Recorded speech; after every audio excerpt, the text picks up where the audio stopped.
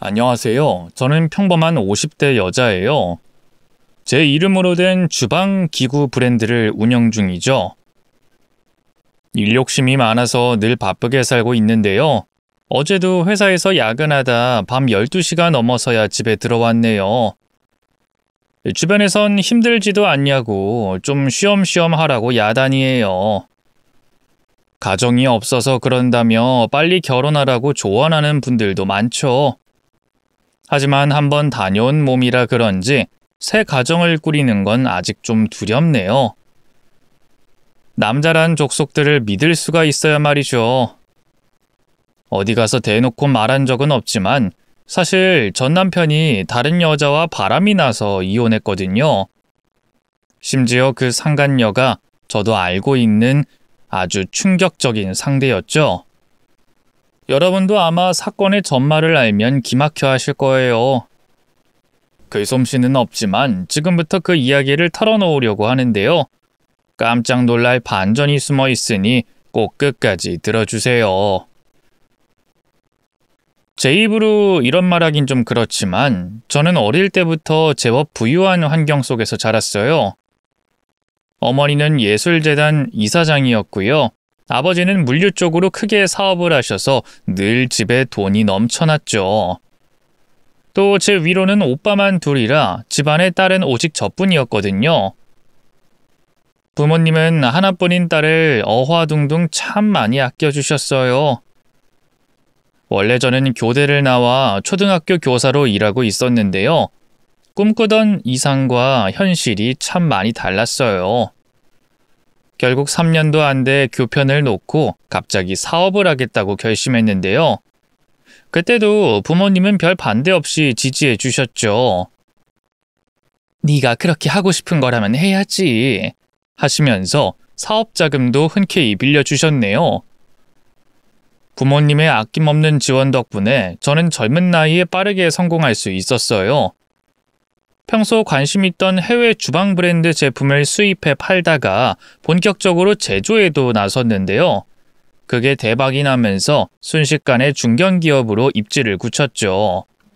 다들 운이 좋다며 부러워했네요. 그렇다고 제가 회사를 거저 얻은 건 아니에요. 돈만 있다고 해서 운이 좋다고 해서 회사가 절로 굴러가는 건 아니니까요. 따로 야간 대학을 다니면서 경영학 공부도 죽어라 했고요. 업계 전문가들과 친분을 쌓기 위해 생전 안 해봤던 와인에 골프에 승마에 별의별 걸 다 배웠네요. 지금도 그렇지만 그때는 더욱더 일에만 매달렸던 것 같아요. 그렇게 10년을 살다 보니 자연스레 남자도 멀리하게 되더라고요. 결혼은커녕 연애할 시간도 없었으니까요. 그런 딸이 부모님이 보기엔 걱정이 많이 됐던가 봐요. 제가 30줄이 넘어가면서부터 자꾸만 맞선 얘기를 꺼내시더군요. 처음엔 좋게 좋게 거절했어요. 하지만 나중엔 그것도 안 통하더군요. 아버지는 선 안 볼 거면 호적에서 파낼 거라고 다신 부모 얼굴 볼 생각도 하지 말라며 으름장을 놓으셨죠. 아버지가 한다면 하는 사람이거든요.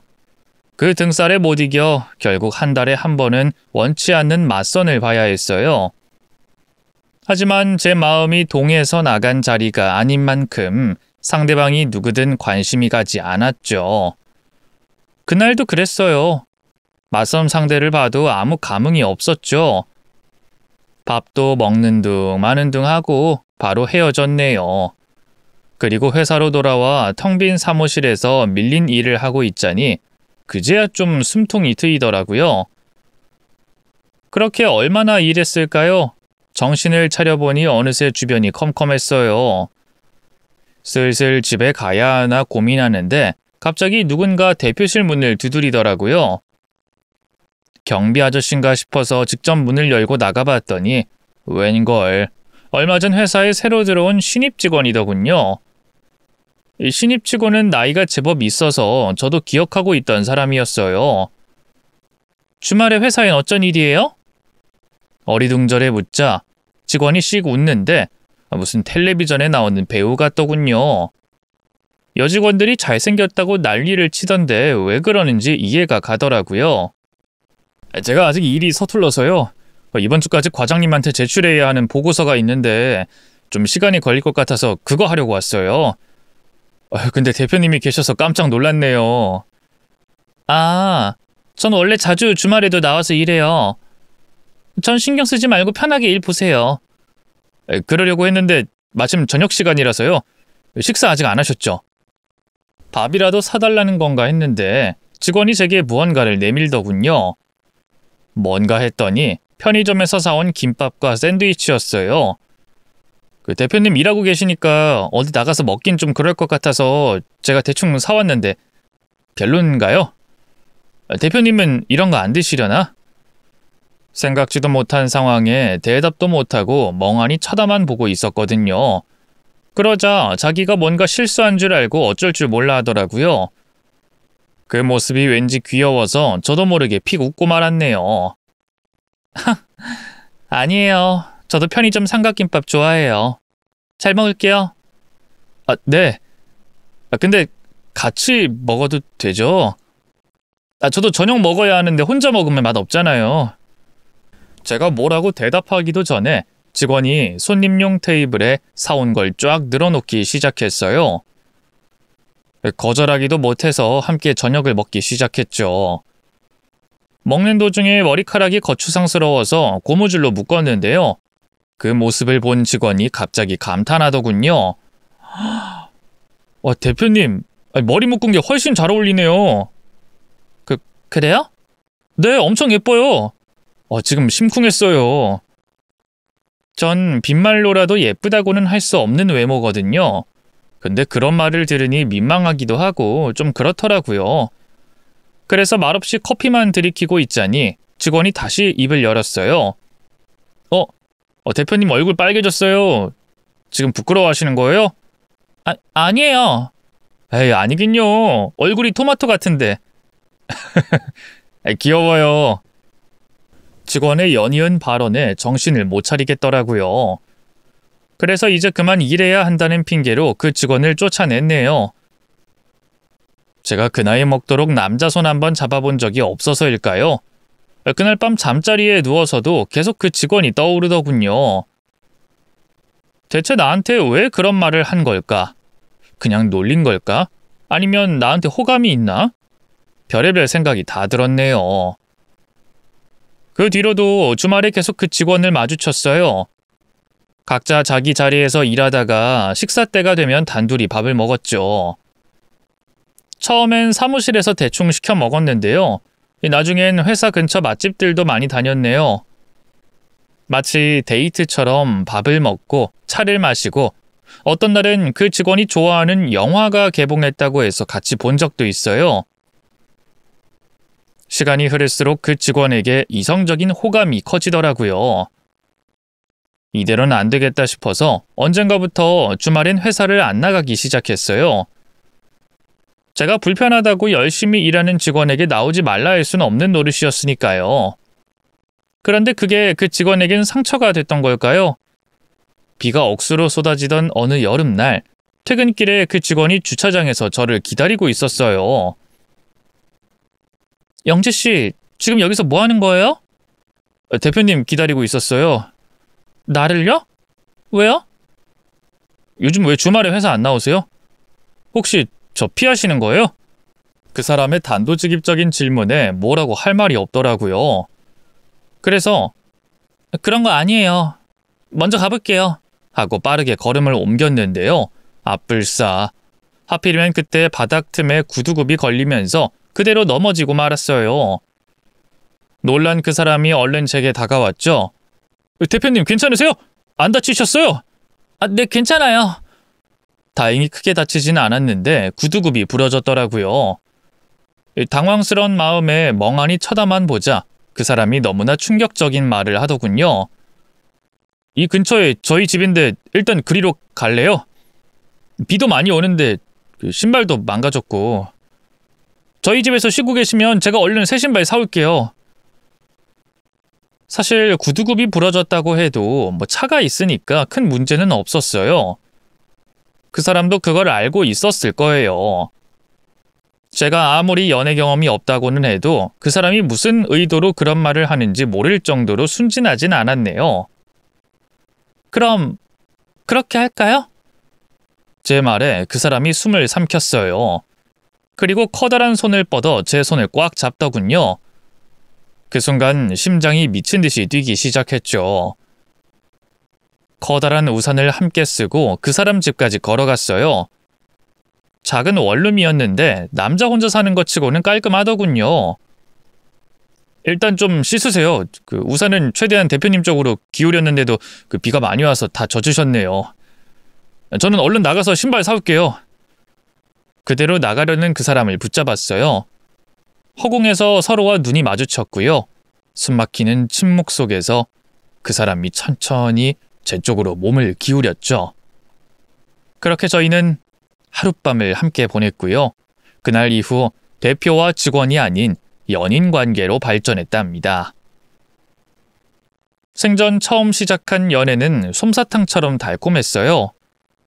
남자친구는 애정 표현에 거침없는 성격이었고요. 연애에 있어서만큼은 아무것도 모르는 저를 남자답게 리드해줬죠.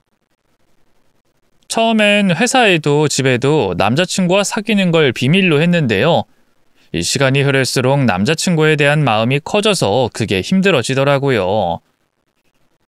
결국 사귄 지 2년 만에 부모님께 남자친구의 존재에 대해 알렸고요. 둘 다 나이가 있던지라 내년쯤엔 결혼하고 싶다고 말씀드렸죠. 사실 남자친구가 저희 회사 직원이고 부모님도 시골에서 농사 짓는 평범한 분들이라서 반대하진 않을까 걱정했는데요. 다행히 두 분 다 별말 없이 허락해 주셨어요.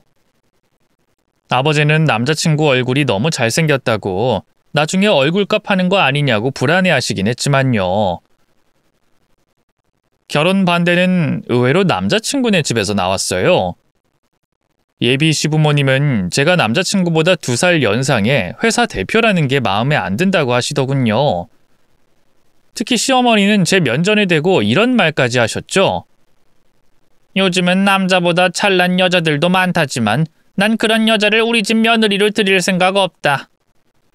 우리가 없이 살긴 했어도 입에 풀칠하고 살 만큼 가난한 집구석도 아닌데 뭐 부잣집 딸이라고 2팔 벌려 환영해야 하는 건 아니잖니? 딱 보니까 기도 세 보이는 게 남자 잡아먹을 인상이야. 대놓고 그렇게 말씀하시니 뭐라고 반응해야 할지 모르겠더라고요. 당황해서 어색한 표정으로 웃기만 하자 보다 못한 남자친구가 앞으로 나섰죠. 엄마 무슨 말을 그렇게 해. 미정씨 당황했잖아. 뭐 내 생각 말도 못하니? 그리고 영재 너 여자 보는 눈이 어쩜 이렇게 형편없어? 어리고 착한 아가씨들이 얼마나 많은데. 아유 엄마 그만 좀 하라니까. 미정씨 앞에서 뭐 하는 거야? 이 자식이 너 벌써부터 엄마 앞에서 여자친구 편드는 거야? 아이 그런 게 아니라. 아이 됐고 난 이 결혼 절대 허락 못하니까 그런 줄 알아. 예비 시어머니는 그 자리에서 벌떡 일어나 나가버리셨어요. 남자친구가 미안하다며 대신 사과했지만 그래도 상처받은 마음은 어쩔 수가 없더라고요. 이대로 헤어져야 하나 고민도 했네요. 그래서 남자친구에게 결혼은 미루고 생각할 시간을 가져보자고 했죠. 그랬더니 남자친구는 울고불고 매달리면서 난리를 쳤어요. 알잖아. 내가 자기 얼마나 사랑하는지. 나 자기 없이는 못 살아. 우리 엄마 때문에 그러는 거면 내가 집을 나올게. 나 평생 엄마 안 보고 살아도 돼. 자기만 있으면. 그러니까 제발 헤어지자는 말만은 하지 말아주라. 응? 사랑하는 남자가 그렇게 애원하는데 세상에 어떤 여자가 매몰차게 내칠 수 있겠어요? 그렇다고 남자친구가 저 때문에 부모님과 의절하는 것도 원치 않았죠. 결국 제가 어떻게든 예비 시부모님 마음을 돌리는 수밖에 없었네요. 그때부터 문턱이 닳도록 예비 시댁을 드나들었어요. 갈 때마다 시어머님이 좋아하실 것 같은 명품 가방에 모피 코트에 온갖 건강식품에 두 손이 떨어져 나갈 것처럼 수많은 선물들을 사다 바쳤네요. 그리고 그 옆에서 열심히 예쁘게 봐달라며 애교를 부렸죠. 생전 그 누구에게도 아쉬운 소리 해본 적 없는 저였는데 때때로 이렇게까지 해야 하나 싶었지만 뭐 어쩌겠어요. 아쉬운 사람은 저였는걸요. 다행히 시간이 흐를수록 예비 시부모님도 점차 저에게 마음을 열어주셨고요. 결국 결혼도 허락해 주셨어요. 그렇게 이듬해 봄, 저는 남자친구와 정식으로 식을 올리고 부부 사이가 될 수 있었죠. 신혼생활은 행복했어요. 남편은 여전히 제게 한결같이 다정했고요. 걱정했던 시집살이도 예비 시부모님이 시골에 계셔서 자주 볼 수 없었기 때문에 괜찮았죠. 때때로 제게 전화에 용돈이나 선물 같은 걸 요구하기도 하셨지만 그쯤이야 제가 돈이 없는 것도 아니었으니까요. 하지만 세상에 완벽한 부부 사이는 없는 걸까요? 결혼한 지 2년이 넘도록 아이가 생기지 않으면서 점차 여러 문제가 불거졌어요. 시어머니는 틈만 나면 제게 전화해서 왜 애가 생기지 않냐고 달달 볶았어요. 급기야 주말마다 올라와선 임신에 좋다는 음식이나 보약 같은 걸 억지로 먹이셨고요. 그래도 별 효과가 없자 아들 셋 낳은 여자가 입었다는 속옷 같은 걸 입으라며 강요하기도 하셨네요. 이래서 여자는 그저 어리고 건강한 게 최곤데 내가 괜히 마음이 약해져서 우리 아들보다 나이 많은 널 받아주는 게 아니었어. 밭이 기름지고 좋아야 씨가 뿌려지지. 아이, 시어머니는 한번 올라오면 온갖 폭언을 쏟아놓고 내려가셨어요. 시간이 흐를수록 시어머니의 방문이 두려워졌고요. 급기야 시어머니한테 전화만 와도 심장이 미친 듯이 뛰고 불안해졌죠. 더는 안 되겠어서 남편에게 난임병원에 가자고 얘기를 꺼냈는데요. 남편은 곧 죽어도 병원에 가는 건 싫다고 했어요. 그런데 가면 우리 둘 다 하자 있는 사람이라는 거 세상에 널리 알리는 꼴이라고. 아직 결혼한 지 3년도 안 됐는데 왜 그렇게 조급하게 굴어? 우리 조금만 더 자연 임신 시도해보자, 응? 나도 그러고 싶은데 어머님이 도무지 가만히 있질 않잖아. 오늘도 전화 오셨어. 임신 테스트기 해봤냐고. 당장 이번 주말에도 올라오시겠다는데 나 정말 미칠 것 같아. 죽고 싶을 정도라고. 주말에 하루 보는 거 가지고 왜 그렇게 유난을 떨어. 시부모님 모시고 같이 사는 여자들도 얼마나 많은데. 우리 엄마가 올라와서 뭐 당신을 때리기라도 해? 몸에 좋다는 온갖 약 챙겨주고 끼니 차려주고 오히려 잘해주시잖아. 지금 그걸 말이라고 해? 어머님 올라오시면 나한테 하는 말이 뭔데? 나이가 너무 많아서 애가 안 들어서는 거라는 둥, 예민해서 그러는 거라는 둥 별말 다 하시잖아. 저번엔 여자로서 벌써 끝난 거 아니냐고 혀를 차시더라. 그때마다 내가 느끼는 모멸감을 당신이 알아? 알겠어. 내가 엄마한테 잘 얘기할 테니까 그만 좀 해. 시간이 흐를수록 남편과 싸우는 날이 많아졌어요. 집에서 싸우고 감정이 안 좋은 상태로 회사에서도 얼굴을 봐야 하니 참 힘들더군요. 직원들한테 싸웠다고 광고를 할 수도 없는 노릇이니 표정 관리는 해야겠고 남편은 미워 죽겠고 아우 정말 미치겠더라고요. 그리고 그건 남편도 마찬가지였나 봐요. 어느 날 갑자기 회사를 그만두겠다고 하더군요. 다른 곳으로 이직하겠다는 건 줄 알고 냉큼 그러라고 했는데 웬걸 사업을 하겠다지 뭐예요. 갑자기 무슨 사업이야? 당신 사업 같은 거 해본 적 한 번도 없잖아. 갑자기 아니야. 오래전부터 생각했던 거라고. 근데 당신처럼 돈 많은 부모님이 있는 것도 아니고 자금이 없으니까 그냥 취업했던 거지. 그래서 지금은 돈이 있다는 거야? 결혼한 후로 남편에게 따로 월급을 주는 대신 제 명의로 된 카드를 한 장 줬거든요. 그걸로 마음껏 쓰라고요. 그래서 따로 모아둔 돈이 있을 턱이 없는데 무슨 돈으로 사업을 하겠다는 건지 불안하더라고요.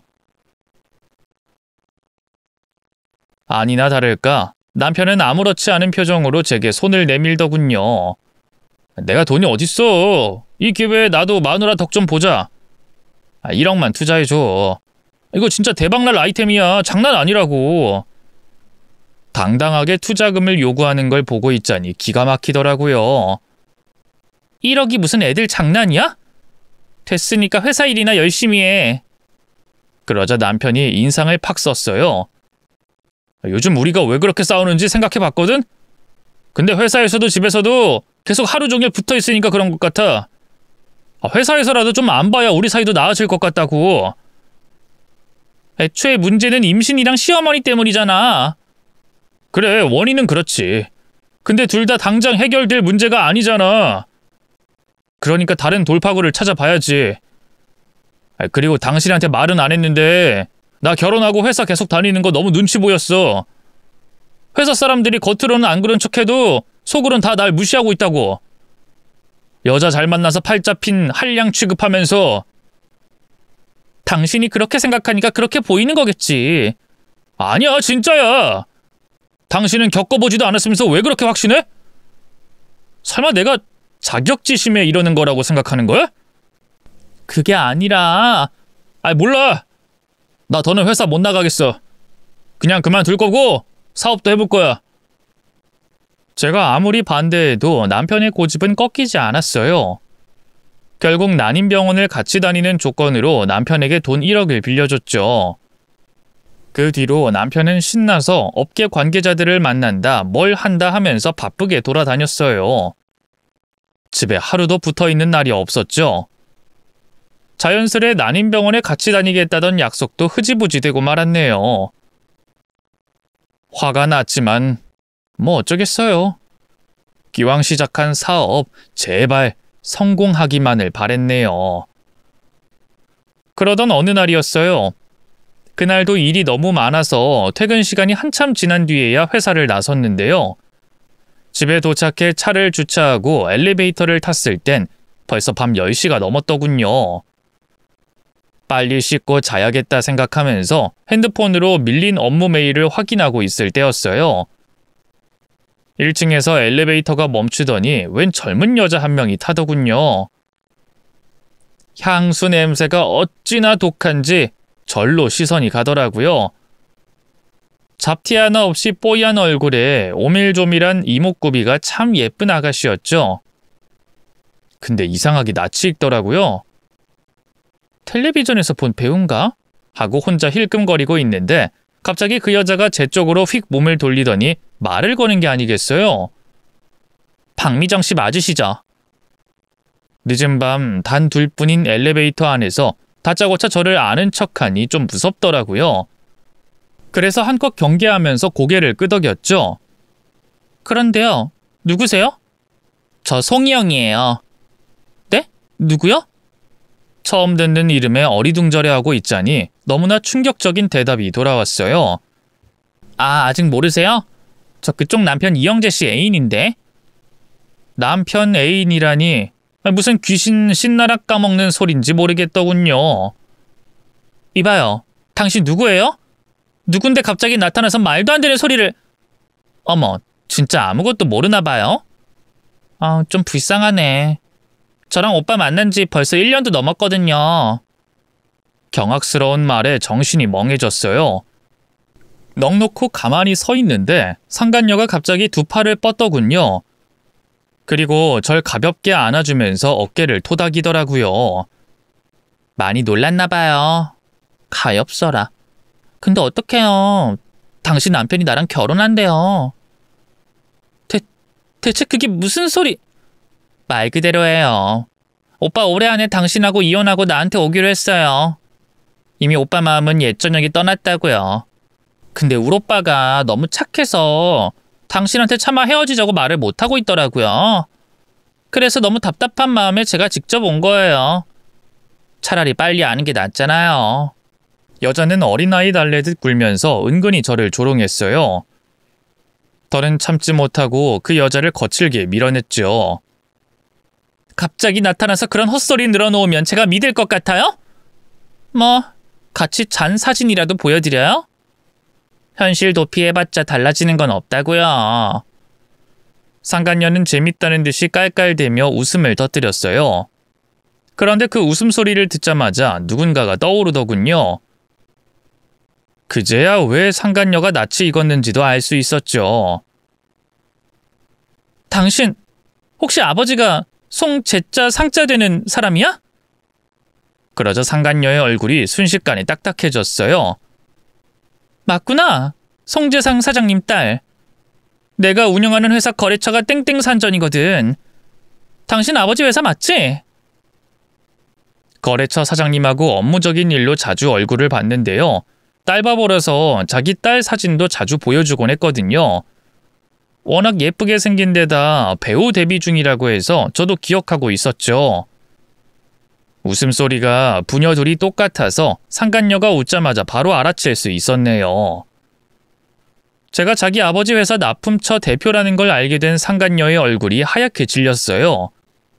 당황해서 어쩔 줄 모르던 것도 잠시, 이내 표정을 싹 굳히고 너무나 황당한 말을 하더군요. 아닌데요? 사람 잘못 보셨어요. 저 부모님 두 분 다 어릴 때 돌아가셔서 안 계시거든요? 끝까지 잡아댄다 이거지? 그 자리에서 바로 핸드폰을 꺼냈어요. 그리고 거래처 사장님 SNS 프로필 사진을 확인했죠. 평소 딸 자랑을 한 건 늘어놓던 사람답게 딸 사진이 가득하더군요. 그 사진 중 하나와 상간녀 얼굴을 직접 대조해보니 아주 똑같이 생겼더군요. 그래서 핸드폰을 보여주면서 다시 한번 말했네요. 아니긴 뭐가 아니야. 똑같이 생겼는데. 송재상 사장 딸 맞잖아. 왜? 내가 너희 아버지한테 알릴까봐 겁나니? 송 사장님은 모르시나 봐? 딸이 유부남하고 붙어먹고 있는 거. 무슨 말이에요? 저 그 사람 딸 아니라니까? 기세등등하던 상간녀는 갑자기 엘리베이터에서 내려 도망치기 시작했어요. 이대로 보내면 안 될 것 같아 저도 그 뒤를 따라갔죠. 비상계단으로 도망치던 상간녀는 얼마 못 가 제 손에 붙잡혔고요. 그런 상간녀 머리채를 잡아 끌고 다시 복도 쪽으로 나왔네요. 이거 놔요! 아줌마 미쳤어요? 사람 잘못 봤다잖아요! 나 아줌마 남편이랑 만나는 여자 아니에요. 그냥 장난 좀 친 거라고요! 급기야 그 상간녀는 모든 게 장난이었다면서 말도 안 되는 헛소리를 했어요. 그래, 장난인지 아닌지는 내 남편 불러서 확인해보면 되겠네. 그 자리에서 바로 남편에게 전화를 걸었죠. 그리고 상간녀와 같이 있으니 당장 튀어오라고 했죠. 제발 아니라고, 뭔 소리냐고 말해주길 바랬어요. 하지만 남편은 바로 혼비백산해서 제게 달려왔죠. 상간녀와 저를 보자마자 안절부절하는 꼴을 보고 있자니 하늘이 무너지는 것 같더군요. 그런 감정을 애써 내색하지 않은 채 남편에게 차갑게 물었어요. 인연이 당신이랑 만난 지 1년이 넘었다는데 맞아? 그게... 거짓말할 생각하지 말고 똑바로 말해. 맞아 아니야? 알고 지낸 지 1년이 넘긴 했는데 사귀거나 그런 건 절대 아니야. 사귄 게 아니라고? 그럼 잠도 안 잔 거 맞아? 제 말에 남편은 아무 말도 못한 채 고개를 푹 숙였어요. 긍정의 대답이나 다름없는 반응이었죠. 더는 참을 수 없어 다가가 남편의 따귀를 올려 붙였네요. 지은 죄가 있어 그런지 잠자코 맞아주더군요. 네가 어떻게 나한테 이럴 수가 있어? 내가 그동안 너한테 얼마나 잘했는데? 나 아닌 병원 가기 싫다는 네 땡깡 받아줘. 사업하고 싶다고 해서 돈 투자해줘. 어디 그뿐이야? 너희 거지 같은 부모한테 다달이 돈 보내줘. 집 사줘. 차 사줘. 근데 어떻게 주제도 모르고 내 뒤통수를 때려? 그런 거 아니야. 여보, 그냥 순간에 실수였다고.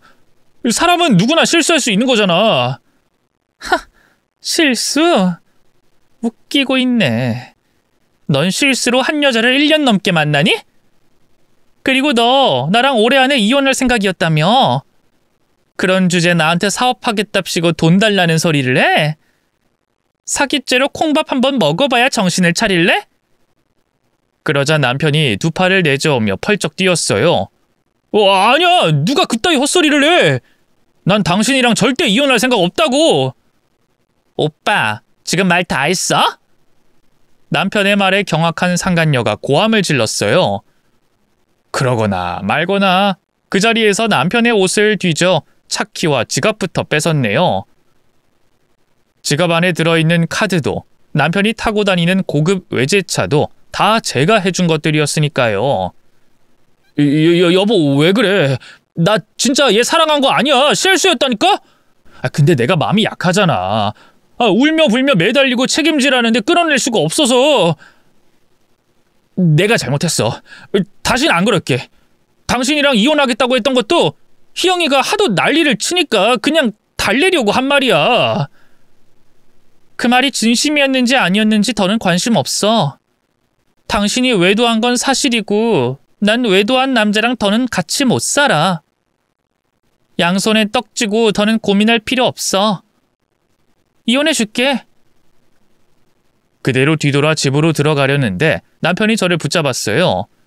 그리고 눈물까지 흘리면서 애원하더군요. 여보, 나한테 당신밖에 없다고. 제발 이러지 마. 나 당신 정말 사랑한단 말이야. 웃기고 있네. 네가 사랑한 건 내가 아니라 내 돈이었겠지. 긴 말할 거 없고 당장 이 아파트에서 꺼져. 어차피 집에 있는 네 옷이며 짐도 다 내가 사준 거잖아. 이대로 맨몸으로 쫓겨나도 아무 할 말 없겠지. 사업자금도 당연히 회수할 거니까 손도 대지 마. 알겠어? 곧 변호사 통해서 연락할 테니까 이혼 서류에 도장 찍을 준비나 하고 있으라고. 당신 정말 나랑 헤어지겠다는 거야? 나 없이 살 수 있을 것 같아? 당연한 거 아니야? 내가 돈이 없니 능력이 없니? 잘난 부모가 없니? 너 없으면 훨씬 떵떵거리면서 잘 살 수 있어. 그러니까 당장 내 눈앞에서 꺼져. 제 단호한 태도에 남편이 이를 악물었어요. 그리고 갑자기 자기 옆에 있던 상간녀에게 휙 고개를 돌려 악을 쓰더군요. 이제 어쩔 거야? 너 때문에 완전 다 망했잖아. 그러자 상간녀가 충격받은 표정으로 입을 떡 벌렸어요. 오빠, 지금 나한테 화내는 거야? 오빠가 어떻게 나한테 이럴 수가 있어? 그동안 나한테 했던 말은 다 뭔데? 뭐 어쩌라고? 애초에 난 너 같은 년이랑 진지하게 만날 생각 없었어. 네가 그냥 술 먹고 엉겨 붙길래 어쩔 수 없이 받아준 것뿐인데. 이제 어쩔 거야? 너 때문에 나 이혼당하게 생겼잖아. 언제는 이혼할 거라며. 그렇게 잘난 여자 떠받들고 사는 거 더는 못 해먹겠다며. 오빠 나 사랑하긴 한 거야? 사랑 같은 소리 하고 있네. 그냥 우리 둘 다 서로 즐긴 것 뿐이잖아. 근데 왜 이렇게 질척여서 남의 가정을 파탄내? 개자식, 네가 어떻게 나한테 이럴 수 있어? 네가 그러고도 사람이야? 분노한 상간녀가 남편을 향해 달려들었어요. 그리고는 남편의 귀를 깨물고 머리를 쥐어뜯어 때리고 아주 난리를 치더군요. 두 년놈의 그런 꼴을 보고 있자니 너무 한심하더라고요. 도대체 내가 이런 수준 낮은 쓰레기들하고 뭘 하고 있는 건지 한숨이 절로 나왔죠. 그래서 자기 좀 살려달라는 남편 말을 무시한 채 집 안으로 들어왔네요. 경비실에 얘기해서 남편과 그 상간녀를 쫓아버리라고 얘기하고요. 비번도 바로 바꿨죠. 몇 시간 뒤 남편에게서 문자와 전화가 연달아 왔지만 그냥 다 무시했어요. 하나뿐인 남편에게 배신당한 것 치고는 멀쩡하다 싶었는데 제가 워낙 둔해서 그런지 마음보다 몸으로 반응이 오더라고요.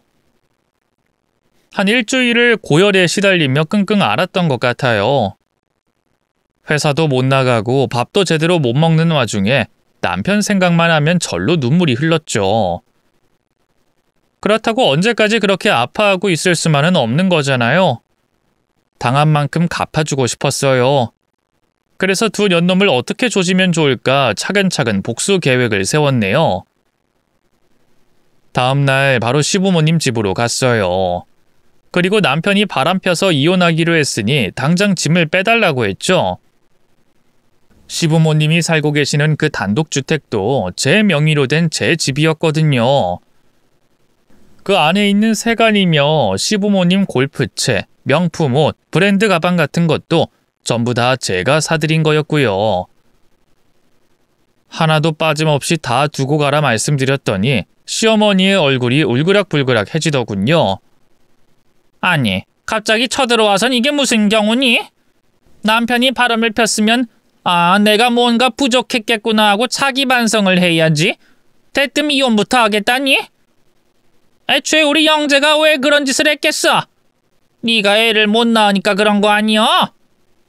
그러니까 영재가 집에 마음을 못 붙이고 다른 여자한테 눈길을 줬지. 다 네 탓이구만. 그런 주제 시댁으로 쳐들어와선 뭐? 당장 나가? 이게 무슨 싹바가지 없는 행동이야? 여전히 정신을 못 차리고 뻗대는 시어머니를 보고 있자니 픽 웃음이 나더군요. 어머님, 아직도 상황 파악이 안 되세요? 뭐야? 지금이 뭐 조선시대예요? 아니, 조선시대라고 해도 바람핀 놈이 잘못이지 여자가 뭔 잘못인데요? 그리고 애 못 낳는 게 저 혼자만의 문제예요? 잠자리도 거부하고 병원도 안 가겠다고 뻗팅기던 그 자식한테 아무 잘못이 없나요? 아니 이게 그래도 지 잘났다고 바락바락. 이래서 잘난 며느리는 들이면 안 됐던 건데. 네, 맞아요. 저도 이런 못난 집구석엔 시집 오면 안 됐던 건데 이제라도 저희 서로 갈 길 가요. 잘난 저는 잘난 곳으로, 못난 어머님은 못난 곳으로. 너 지금 나랑 말장난 하자는 거니? 아니요. 전 그 어느 때보다 진지해요. 저 지금 변호사 통해서 이혼 소송 준비 중이고요. 상간녀 소송이랑 각종 위자료 소송도 닥치는 대로 다 걸 거예요. 이혼 사유가 명백하게 그 인간한테 있어서 100% 제 승소라고요.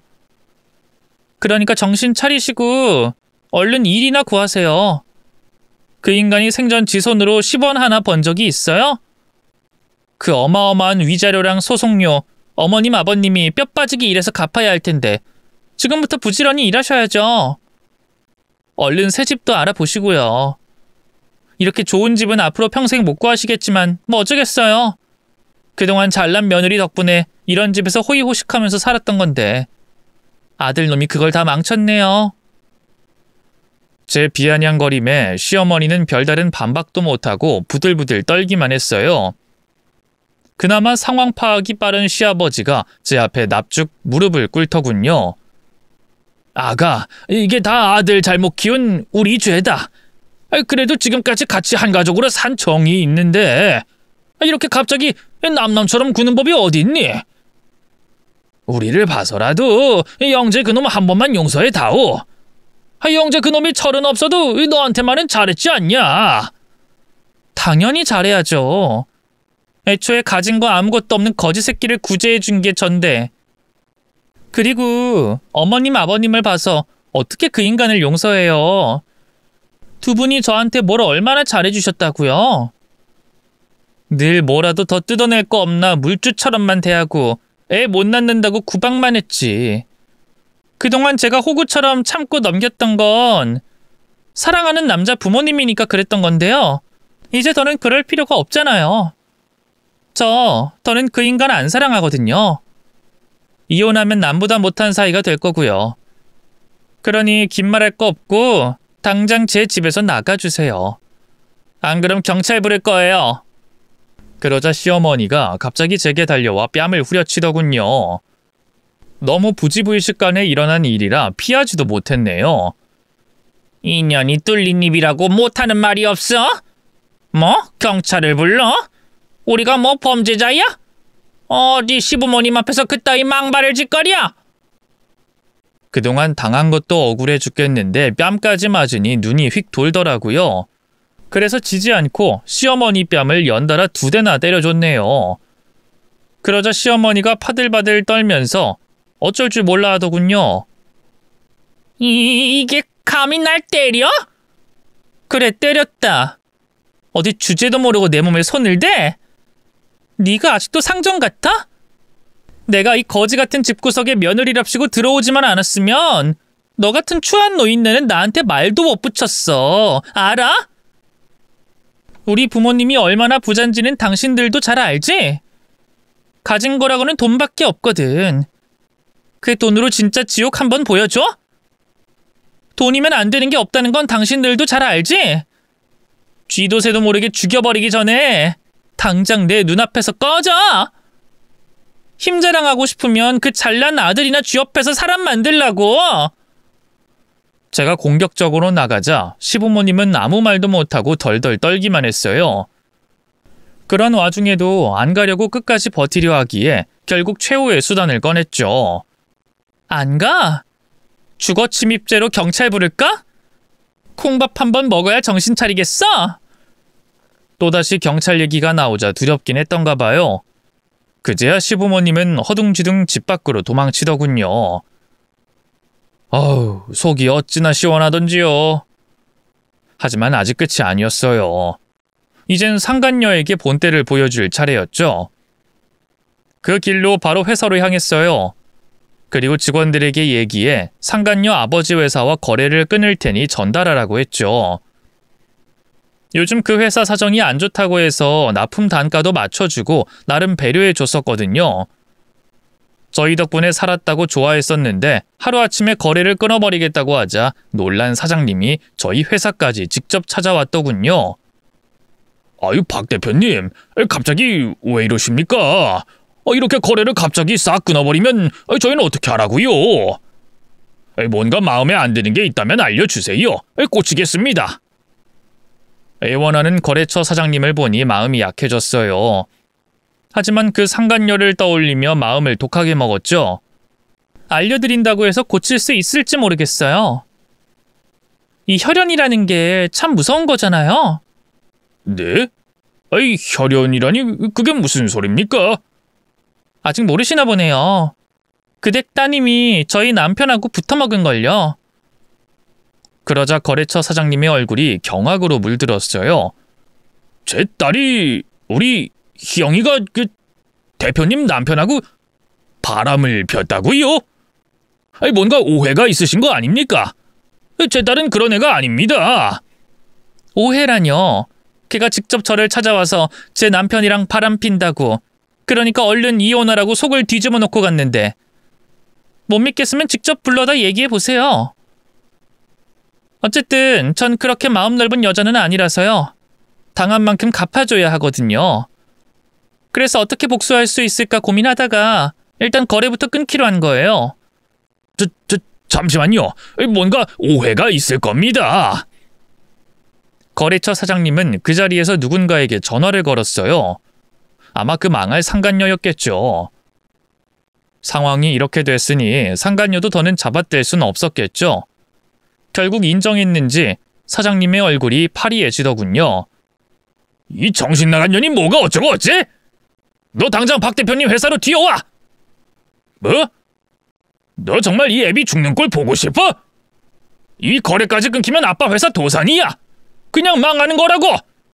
그럼 너도 같이 망하는 거야! 당장 길거리에 나앉고 싶지 않으면 당장 뛰어와! 사장님은 씩씩대면서 전화를 끊었어요. 그리고 갑자기 제 앞에 무릎을 꿇고 머리를 조아리더군요. 아이, 대표님, 용서해 주십시오. 아이, 제 딸이 철이 없어 그랬을 겁니다. 나이만 먹었지 아직 어린애예요. 한 번만 봐주십시오. 아비인 제가 이렇게 빌겠습니다. 용서할 일이 있고 못할 일이 있는 거죠. 자식 잘못 키운 벌이라 생각하세요. 세상에 어느 정신 빠진 여자가 상간녀네 집안이랑 일을 같이 하겠어요? 아이, 대표님, 제발. 요즘 저희 회사 사정 많이 어려운 거 아시잖아요. 대표님 회사에 물량되는 걸로 그나마 숨통 좀 트였는데 이 거래 끊기면 저희 회사 문 닫습니다. 직원들 다 밥줄 끊기고 저도 가족들하고 길거리로 나앉아야 한다고요. 딸은 제가 다시는 그러지 못하게 단단히 단속하겠습니다. 제발 저를 봐서라도 한 번만 봐주십시오. 거래처 사장님의 읍소에 마음이 약해질 무렵이었어요. 갑자기 대표실 문이 벌컥 열리면서 그 상간녀가 뛰어들어오더군요. 그리고 바닥에 무릎 꿇은 자기 아버지를 보더니 눈이 커다래졌어요. 아빠가 저 여자한테 왜 무릎을 꿇어? 뭘 잘못했다고? 당장 일어나. 아빠까지 왜 이렇게 나를 창피하게 만들어? 그러자 사장님이 벌떡 일어나 딸을 마구잡이로 때리기 시작했어요. 이 망할 것이 아직도 정신을 못 차리고! 지금 회사가 문 닫게 생겼는데 그깟 무릎 꿇는 게 대수야? 너 어쩌자고 가정이 있는 남자를, 그것도 박 대표님 남편을 건드려? 너 진짜 미친 거야? 아파, 그만 좀 때려. 아빠 아프다니까? 나 그 인간이랑 벌써 헤어졌어. 끝냈다고. 내 앞에서 지 부인 사랑한다고 나랑 만난 건 실수였다고 하는 놈을 미쳤다고 계속 만나? 그래? 그럼 얼른 무릎 꿇고 사죄드려. 다시는 안 그러겠다고 빌라고. 아, 싫어. 내가 왜? 그 인간이 나 버리고 저 여자 선택한 것도 열받아 죽겠는데 내가 왜 무릎까지 꿇어야 돼? 내가 뭘 잘못했는데? 상간녀의 당돌한 말에 거래처 사장님의 눈이 돌아갔어요. 그리고는 너무나 충격적인 행동을 했습니다. 바로 제 책상에 꽂혀있던 가위를 꺼내들더만 상간녀의 긴 머리를 마구자위로 잘라내기 시작한 거였죠. 아빠! 지금 뭐 하는 거야? 시끄러워! 너같이 수치를 모르는 뻔뻔한 인간은 머리 빡빡 밀어서 절에 보내야 돼. 너 긴 말할 거 없고 당장 짐 싸서 아무 절이나 들어가. 오늘부로 넌 내 딸 아니니까. 아빠 하지 마. 하지 말라고. 나 곧 배우 오디션 있단 말이야. 상간녀의 애원에도 가위질은 멈추지 않았어요. 눈앞에서 상간녀의 긴 머리채가 싹둑싹둑 잘려나갔죠. 정신을 차려보니 상간녀의 머리는 어지간한 남자들 머리보다 훨씬 짧고 쥐파먹은 꼴이 되어 있었네요. 평소 일적으로 만나면서 사장님이 불같은 성격이라는 건 알고 있었는데 설마 자기 딸 머리를 그렇게 잘라버릴 줄은 꿈에도 몰랐죠. 머리가 엉망이 된 상간녀는 그대로 바닥에 주저앉았어요. 그리고 두 손에 얼굴을 묻고 아이처럼 엉엉 울기 시작했네요. 너무해. 왜 다 나한테만 뭐라고 하냐고. 내가 뭘 그렇게 잘못했다고. 먼저 꼬신 건 그 인간이란 말이야. 부인이랑 사이 안 좋다고 금방 이혼할 거라고 했어. 사기당한 건 나란 말이야. 엉엉 우는 상간녀를 보고 있자니 너무나 한심하더라고요. 조금쯤은 안쓰러운 마음이 들기도 했고요. 참 대책 없는 년이죠, 저도. 그래서 저도 사장님한테 더는 할 말 없으니 나가달라고 했고요. 앞으로 다시는 얼굴 볼 일 없었으면 좋겠다고 했죠. 그 뒤로 저는 예고했던 대로 남편과 상간녀를 상대로 각종 소송을 걸었어요. 남편은 끝까지 이혼하지 않겠다고 버텼지만 바람핀 당사자의 말을 법원에서 들어줄 리 없었죠. 저는 무사히 이혼할 수 있었고요. 남편과 상간녀를 상대로 어마어마한 위자료도 받아낼 수 있었습니다. 그 뒤로도 전 남편과 상간녀의 인생은 시궁창에 빠졌어요. 전 남편은 아직도 부모님 집에 얹혀 살면서 변변한 직장도 없이 팽팽 놀고만 있는데요. 듣기로는 알코올 의존증이 심해서 사람 구실도 못하고 있다고 하더군요. 연로한 시부모님은 길거리에서 포장마차를 하면서 그런 아들을 근근히 먹여 살리고 있다 하대요. 다 자식 농사 잘못 지은 본인들 죄인데 누굴 탓하겠어요. 상간녀도 비루한 삶을 살고 있긴 마찬가지예요. 제가 거래를 끊어버린 뒤로 상간녀 아버지 회사는 결국 도산했고요. 그 일로 상간녀는 부모님에게 의절당한 모양이에요. 창문도 없는 고시원에 혼자 살면서 편의점 알바로 입에 풀칠하며 살고 있다 하더군요. 조금도 안타깝지 않다면 제가 너무 못된 걸까요? 두 년놈 다 평생 무병장수가 아니라 유병장수하길 바랄 뿐입니다. 반면 저는 이혼 후 누구보다 잘 살고 있어요. 제 돈을 빨아먹던 기생충 같은 남편놈이 없어져서일까요? 경기가 어려운 상황 속에서도 회사 규모는 더욱 커졌고요. 곧 해외 시장 진출도 앞두고 있습니다. 좋은 남자를 만나 연애도 하고 있어요. 전 남편과 달리 성실하게 자기 사업체를 운영 중이고요. 3년 만나는 동안 다른 여자한텐 눈길 한번 안 준 사람이에요.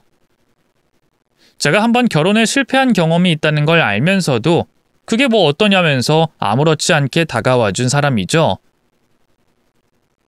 요즘 계속 결혼 얘기를 꺼냈는데 이 전 남편한테 워낙 크게 대여서일까요? 아직까지 좀 두렵네요. 썰밤 구독자님들은 어떻게 생각하세요? 이제 제가 새로운 가정을 꾸려도 되는 걸까요? 고민이 깊어지는 밤이네요. 긴 얘기 들어주셔서 감사합니다. 모두 건강하세요.